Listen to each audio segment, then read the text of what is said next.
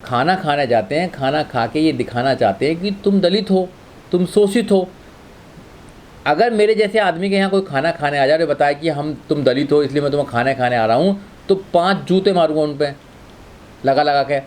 उनका बाप नहीं रख गया था मेरे घर पर खाना खाने के लिए। मैं मेहनत करता हूँ, खाना अपना खुद बनाता हूँ।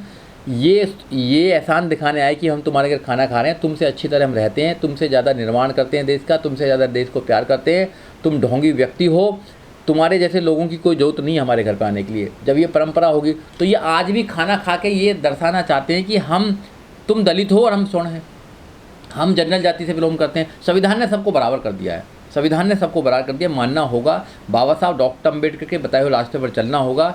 अफसोस ये है कि जो हमारे लोग हैं वो बाबा साहब डॉक्टर अम्बेडकर के बताए हुए रास्ते पर नहीं चलते हैं। अगर पूर्ण रूप से बाबा साहब डॉक्टर अम्बेडकर के रास्ते पर चलेंगे, बाबा साहब डॉक्टर अम्बेडकर ने 14 अक्टूबर 1956 को नागपुर के अंदर धर्म परिवर्तन किया था, धम्म में आ गए थे। तो आप क्यों नहीं करते? आप क्यों बने हुए हिंदू धर्म में? क्यों बने हुए हिंदू धर्म में? जब आपको वो हिंदू मानने को तैयार ही नहीं है, आपसे भाईचारा पैदा ही नहीं करना चाहते, आपसे नफरत करते हैं, तो आप वहाँ से हटो। लेकिन कहा जाता है कि जो स्कूल हैं वो शिक्षा के मंदिर होते हैं, और ये जहाँ घटना हुई है स्कूल में वो आरएसएस का स्कूल है, सरस्वती शिशु मंदिर। स्कूल होते हैं, मंदिर नहीं होते। स्कूल होते हैं, स्कूल मंदिर क्यों होंगे? स्कूल होते हैं, पूरी दुनिया में स्कूल हैं, स्कूल होते हैं। मंदिरों में अत्याचार होते हैं, आपने देखा नहीं? मंदिरों में ही देवदासियाँ होती थी, मंदिरों में ही बहुत सारे कांड होते हैं। और जितने भी ये मंदिरों में रहते हैं, ये जितने भी गुरु घंटाल हैं, सारे जेलों में पड़े हुए हैं। तो मंदिर को मंदिर रहने दो। स्कूल में एजुकेशन मिलती है, मंदिरों में क्या मिलता है? मंदिरों में तो अंधविश्वास की बात करते हैं। तो इसलिए जो स्कूल है, स्कूल में जो ट्रेंड टीचर होते हैं, उनकी ये ड्यूटी है कि प्रत्येक नागरिक, प्रत्येक बच्चे को वो जातिवाद से दूर रखे, उनको पढ़ाई का काम करे। अगर किसी बच्चे ने, 9 साल के बच्चे ने अगर पानी पी ही लिया, तो क्या वो मतलब इतना बड़ा कांड हो गया कि उसको मारते मारते उसको ख़त्म ही कर दिया? तो ये जो मानसिकता दिखाती है, ये एक टीचर की बात नहीं है। ये पूरे गाँव में जाके देखिए आप, शहरों में जाके देखिए आप, जातिवाद इतना ज़्यादा है कि जातिवाद के नाम पर करोड़ों लोगों को शोषण किया जा रहा है। करोड़ों लोगों का, डेली करोड़ों लोगों का शोषण किया जा रहा है।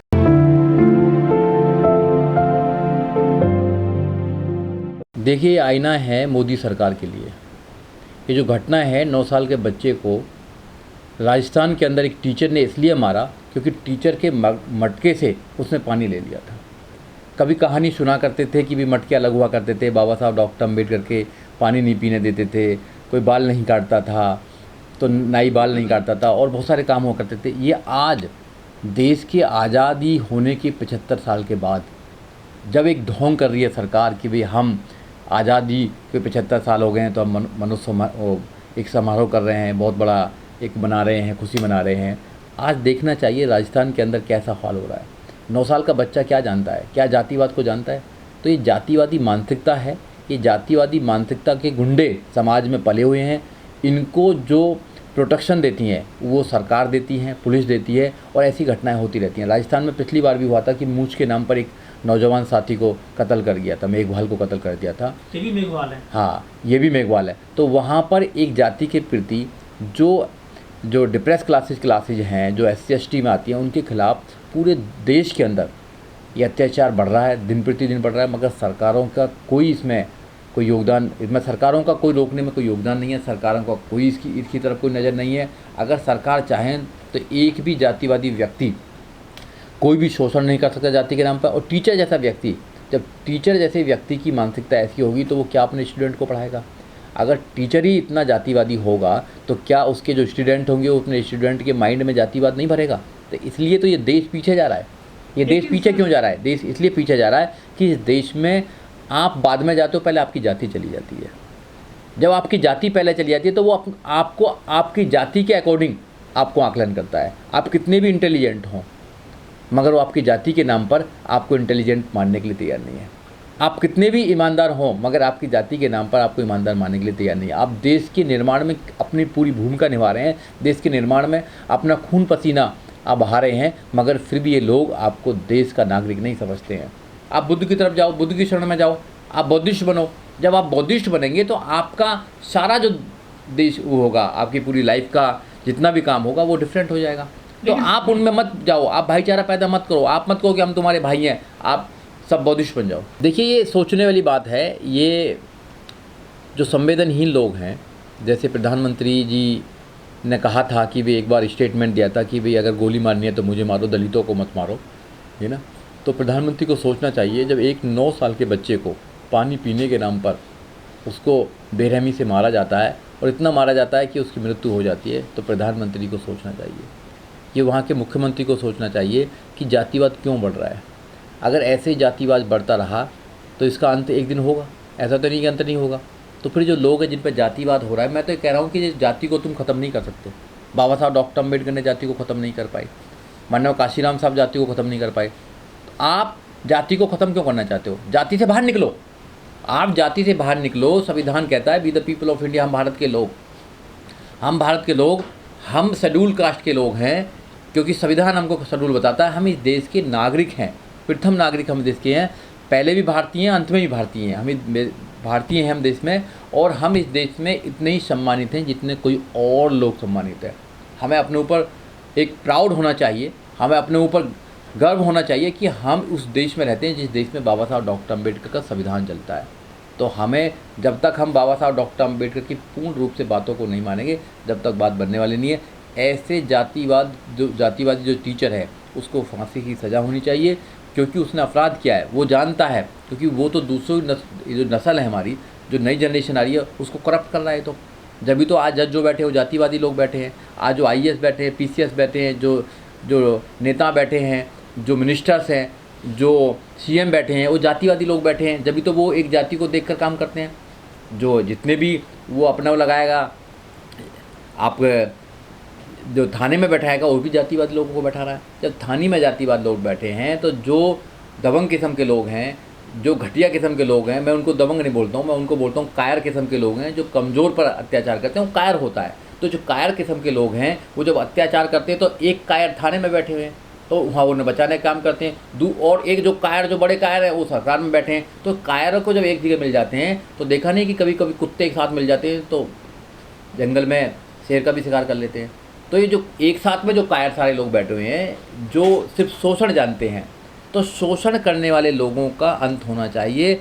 जाति के नाम पर जो शोषण करता है, इस देश में कानून तो बना हुआ है SC/ST प्रिवेंशन एट्रोसिटीज एक्ट 1989 का, बट उस पर अमल नहीं हो रहा है, उस देश में अमल नहीं हो रहा। अगर उस पर अमल करा जाए, उसको सही रूप से चलाया जाए, तो ये जो जितने भी जातिवादी गुंडे हैं, ये सारे जेल में होंगे।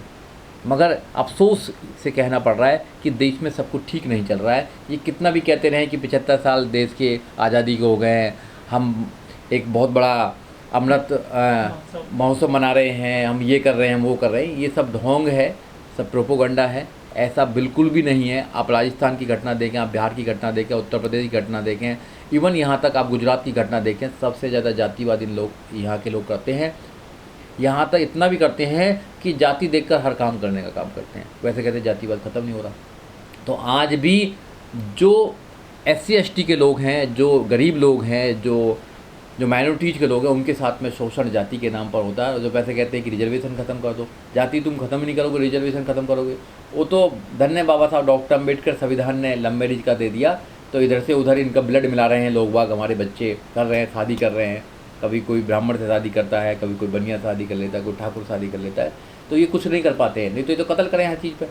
तो ये कानून का ज़्यादा इस्तेमाल करना चाहिए। तो मैं तो अपने लोगों से, आपके चैनल के माध्यम से यही कहना चाहता हूँ कि ज़्यादा से ज़्यादा कानून के दायरे में रहकर आप अपने आप को आगे बढ़ाएं और किसी से कम ना समझें। अच्छा खाएं, अच्छा पहनें, अच्छा रहें, सम्मान की ज़िंदगी जिएं, और जितना भी पैसा है उसे अपने बच्चों के एजुकेशन पर लगाने का काम करें। अगर आप अच्छी एजुकेशन लेने का काम करेंगे, इंग्लिश मीडियम एजुकेशन लेने का काम करेंगे, अपने बच्चों को बाहर विदेश भेजकर अच्छी एजुकेशन लेने का काम करेंगे, जब इनका मुकाबला कर सकते हैं, नहीं तो आप मुकाबला नहीं कर सकते। जातिवादी को, जो जितने जातिवादी लोग हैं, उनकी मानसिकता को जब भी ठीक कर सकते हैं जब देश पर आप अपना एक राइट्स पैदा करेंगे, अपने जो सीटें हैं उन पर जाने का काम करेंगे। और जब तक देखो, हमारे लोग बहुत सारे राजनीति में भी हैं।